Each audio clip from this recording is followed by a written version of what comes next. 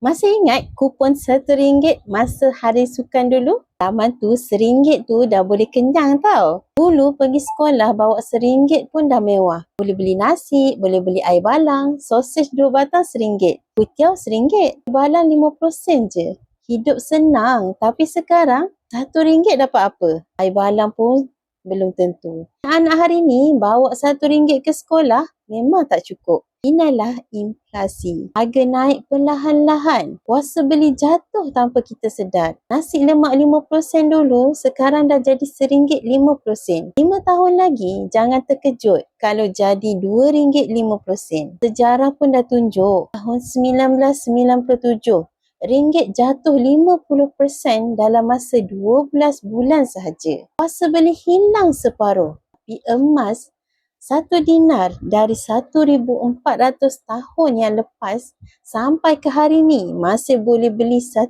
ekor kambing. Kuasa beli kekal, tak terhakis pun. Nak tunggu inflasi telan duit kita?